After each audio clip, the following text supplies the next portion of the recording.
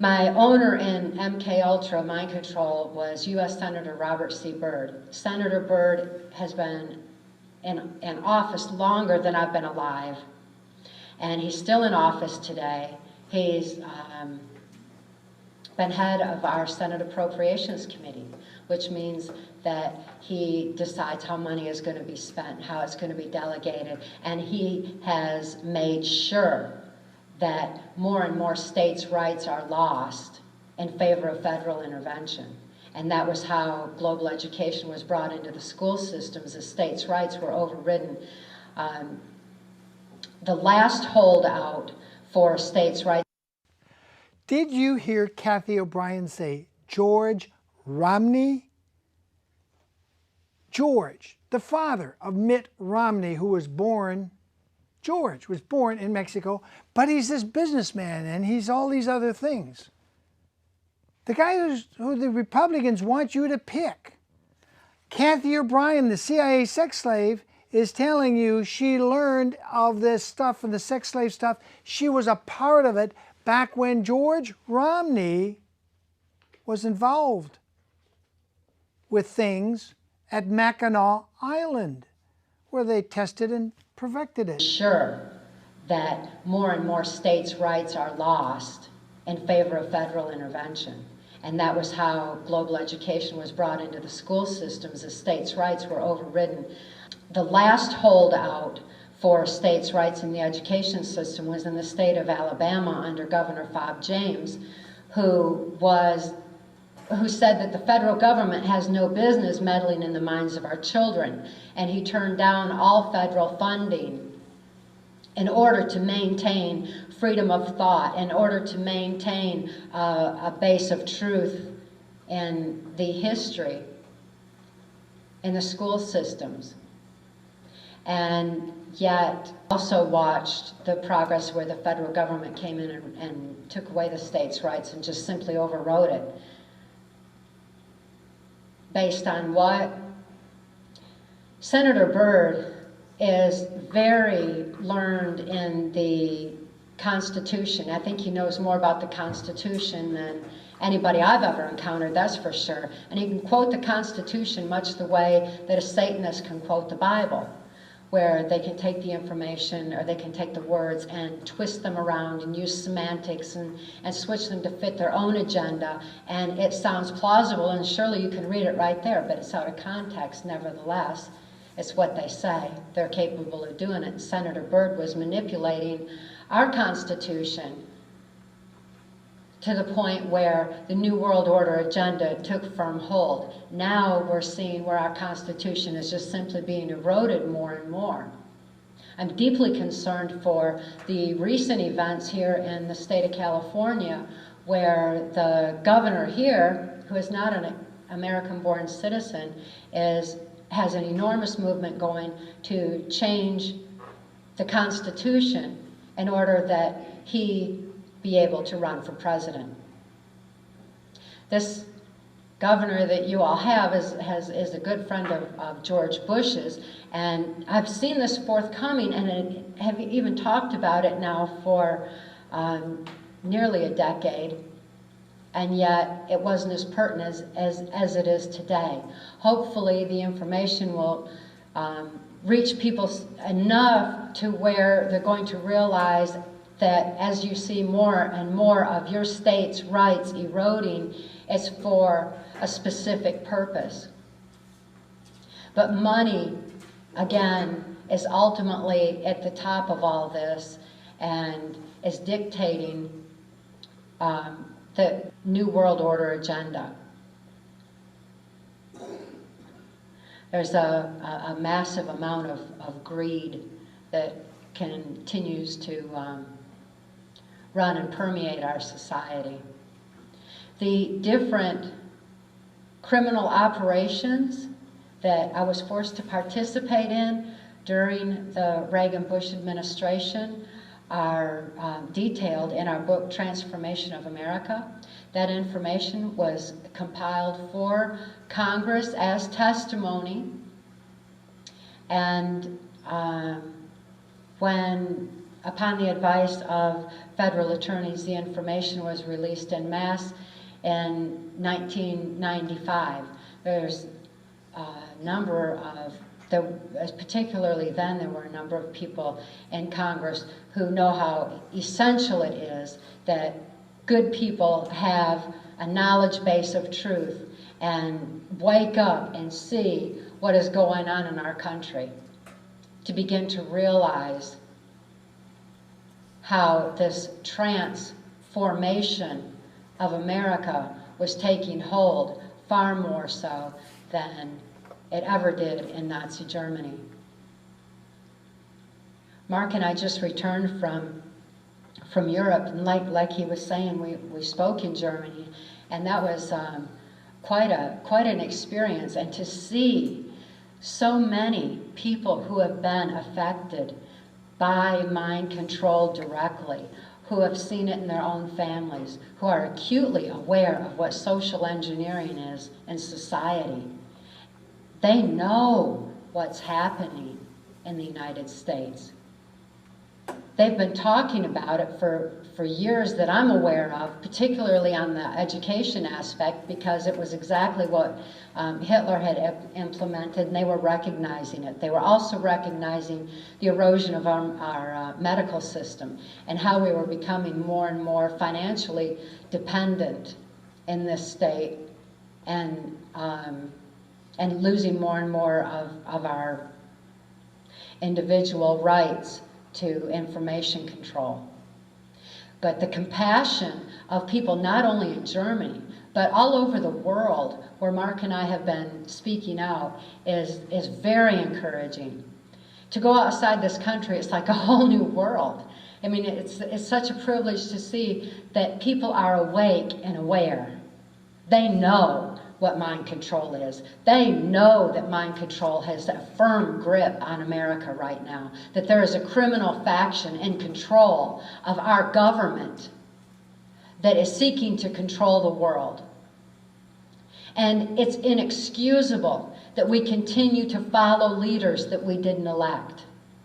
We know that these people that are in place right now weren't elected. They keep taking the elections.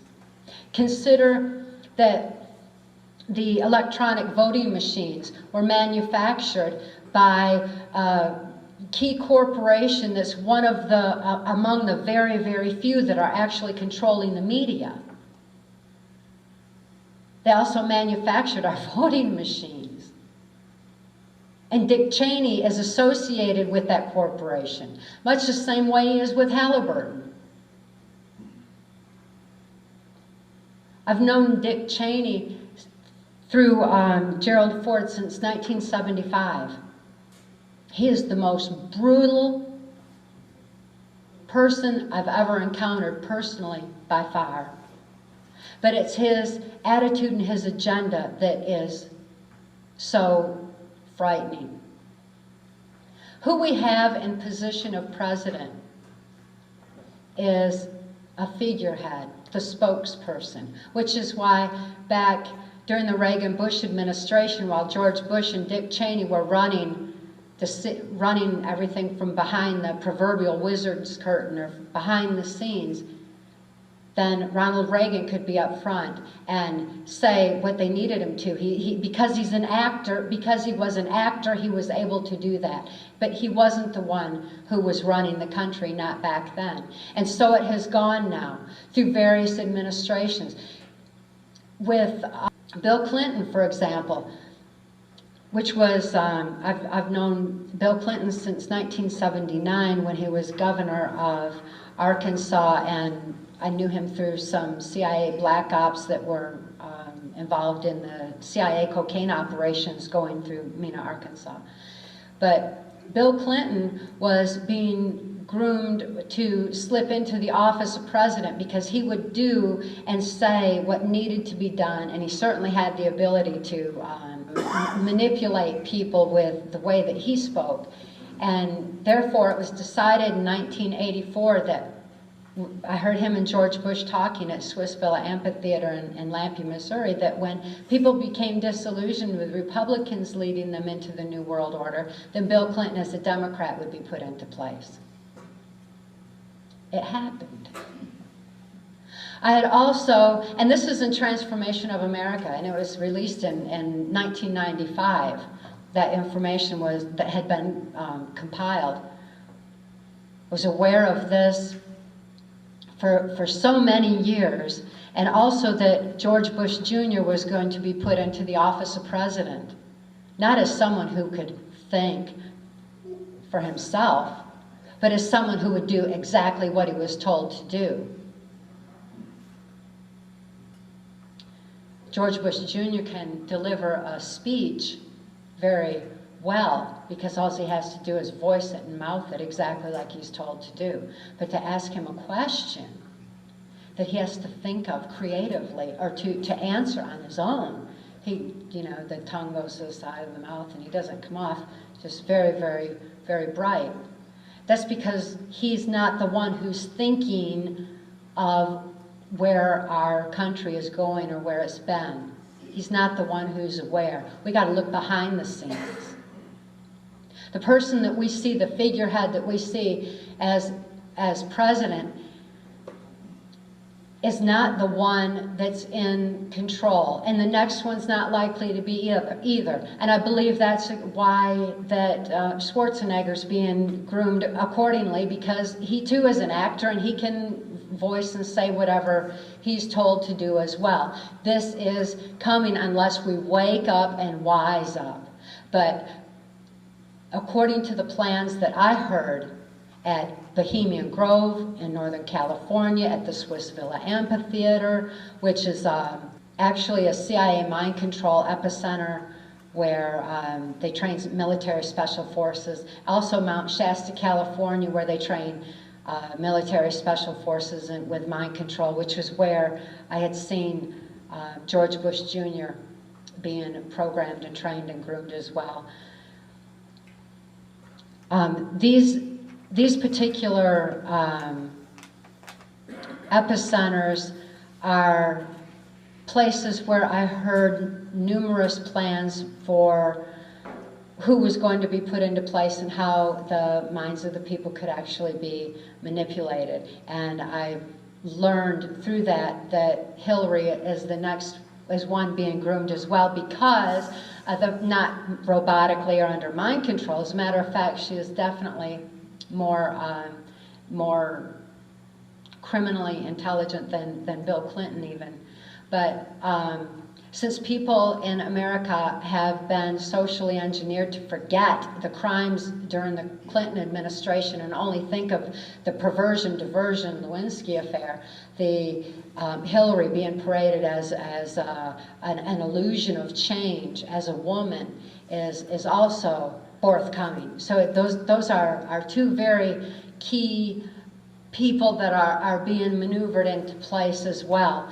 We need to become aware of this. We need to learn to expand our thinking and realize what is going on. Because when you go outside this country, it's accepted knowledge that our president is under mind control.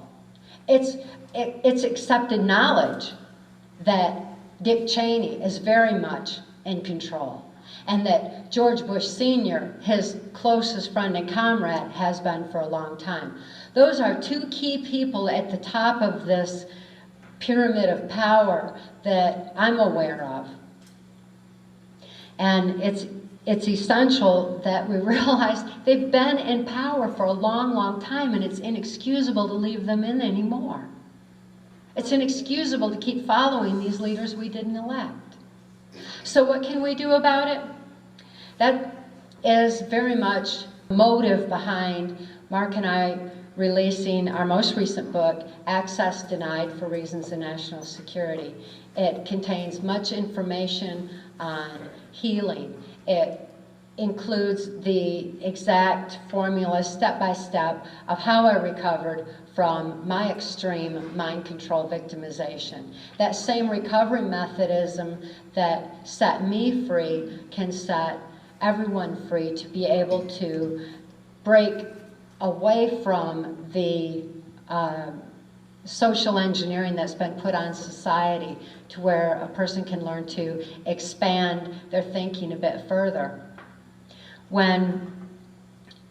After Mark rescued my daughter and I in 1988, and he gave me a formula for deprogramming that I was able to use to deprogram myself. The first thing he did was strap a watch to my wrist and tell me to watch my watch, because I needed to have an awareness of time. With an awareness of time came a conscious awareness, or an ability to begin to monitor my own actions. With awareness came responsibility to follow my own will. But I know from personal experience that without free thought, there's no free will. And without free will, there's no soul expression. Just like I mentioned how my spirit had taken flight to that safe, loving place that was just so removed, while my body was tortured to carry out the will of others.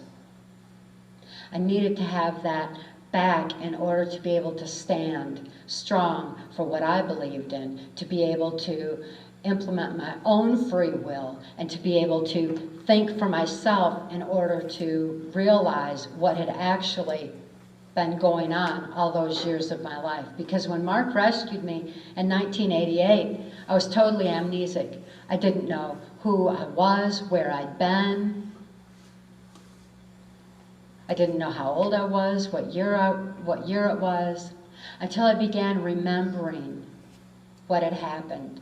And because I felt safe for the first time in my life, and because I felt love, I was having memory flashes that were just flashing on my mind constantly, much the same way that people who are sexually abused oftentimes have those memories begin to break right around age 30, because our bodies have numerous changes that are going on at that time, where the neuron pathways of the brain begin to change and memories begin to come forward. So with a combination of being safe for the first time, and the combination of love, and the fact that I was turning 30 and I was having these memory flashes, I needed to begin to remember and piece together my own life, what had happened. What had happened was so emotionally incomprehensible that it took logic in order to begin to comprehend it. Mark handed me a pen and told me to begin to write out my memories, because the very act of moving a pen uses the logic part of the brain. And by using logic, it shifted what was emotionally incomprehensible into logic, where I could understand, face reality, and deal with what had happened. And I began to recover at a rapid rate at that point. As I gained control over my own mind again, and had free thought and free will and soul expression, I was strongly motivated to speak out on what I had learned, not out of vengeance, not out of anything negative like that. Negativity is so immobilizing. Instead, it was love for humanity. It was love for my daughter and her need for help. It was compassion. Those were the motives for me to speak out. And yet, as soon as I had deprogrammed, I had been following orders all of my life. And to learn to think for myself beyond what I had been told was a new process. It was really difficult. And thinking was like, it was like my brain would fall off into a black hole, and I just couldn't quite get there to make a decision for myself or to think for myself. And it took brain exercises where I began to expand my thinking, to consider other angles, other possibilities, other perceptions, to look at other aspects in order to begin to learn the truth. And truth is so discernible because of the strength of spirit that I had regained.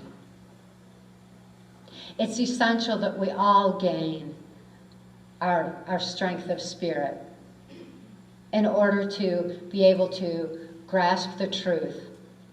And the same truth that made me free can make anyone free from any level of abuse and any level of misinformation, disinformation, or limited information, so that we can have a firm grasp on what's really going on. With that strength of spirit becomes an ability to have an inner peace. And that inner peace is essential for making a positive difference in our own environment and within our own self. And by having the strength of spirit and peace within, that is a first step towards world peace. How can we have world peace if we don't have any peace within? How can we know truth if we're fearful because we're ignorant?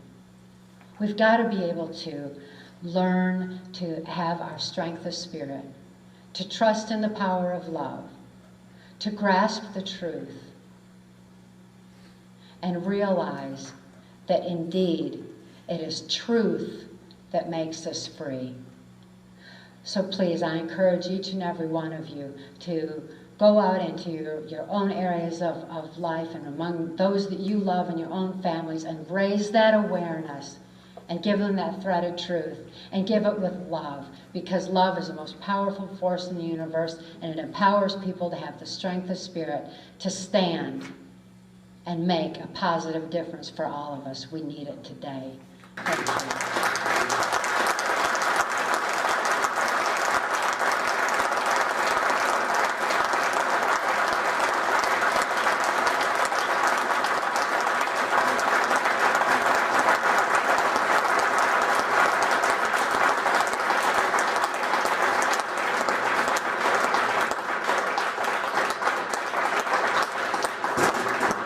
Thank each one of you, and since we're running a little late, and we appreciate all of you sticking it out, we want to take some questions, but Cathy and I have got a flight to catch, and I've got to deal with about a dozen shrinks in the morning in Nevada.